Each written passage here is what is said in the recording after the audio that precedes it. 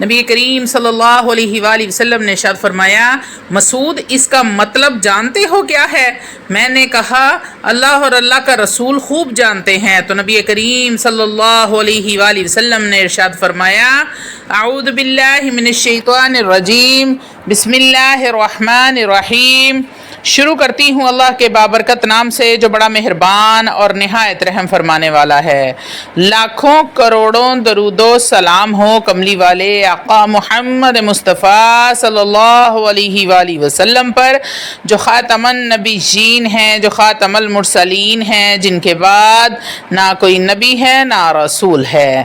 لاکھوں کروڑوں درود و سلام ہوں اہل بیت پر۔ السلام علیکم ورحمۃ اللہ وبرکاتہ۔ آپ دیکھ رہے ہیں میرا یوٹیوب چینل قرآنی ولاگ۔ اللہ والو، آج ایک ایسا عمل پیش کرنے لگی ہوں جو سورۃ الکوثر کا صرف ایک دن کا عمل ہے۔ اللہ والو، اگر دولت سنبھال سکتے ہو تو پھر کسی بھی ایک فرض نماز کے بعد سینے پر ہاتھ رکھ کر پڑھ لو۔ پیسہ، دولت، گاڑی، گھر، بے تحاشا دولت آ جائے گی۔ اللہ والو، آج کا قیمتی وظیفہ میں آپ کو بتانے جا رہی ہوں۔ یہ ایک خاص قسم کا آزمودہ اور پرتاثیر عمل ہے جو شیئر کرنے لگی ہوں۔ اس وظیفے کی اتنی برکت ہے کہ آپ کے تمام بگڑے کام سنورنے شروع ہو جائیں گے۔ پھر چاہے آپ کا دولت کا مسئلہ ہے، آپ کے کاروبار کا مسئلہ ہے، لڑائی جھگڑے کا معاملہ ہے، گھر میں تنگ دستی ہے، بے برکتی کی وجہ سے پریشان ہیں، محتاجی ہے، گھر میں لڑائی جھگڑے حد سے زیادہ بڑھ چکے ہیں، اولاد نافرمان ہو گئی ہے، یا پھر کاروبار میں برکت نہیں ہے، اور یا پھر کاروبار تو ہے مگر اس میں نفع نہیں ہوتا، اچھے طریقے سے چل نہیں رہا، یا پھر فیملی بڑی ہے اور آمدنی کم ہے، یعنی کہ کھانے والے زیادہ ہیں اور پیسہ کم ہے، بچوں کی نوکریاں نہیں ہیں، پڑھ لکھ گئے ہیں، ڈگریاں ہیں پر نوکری نہیں ملتی، یا پھر بیٹیاں ہیں، اچھے رشتے نہیں مل رہے، رشتے آتے ہیں مگر بات نہیں بنتی، اگر بات بنتی ہے تو بگڑ جاتی ہے، کوئی انٹرویو کا مسئلہ ہے، امتحان میں پاس ہونا چاہتے ہیں، کوئی امیگریشن کا مسئلہ ہے، ویزا نہیں لگ رہا۔ اللہ والو، کسی بھی مسئلے کی وجہ سے پریشان ہیں تو ایک بار اس وظیفے کو ضرور اور ضرور آزما لیں۔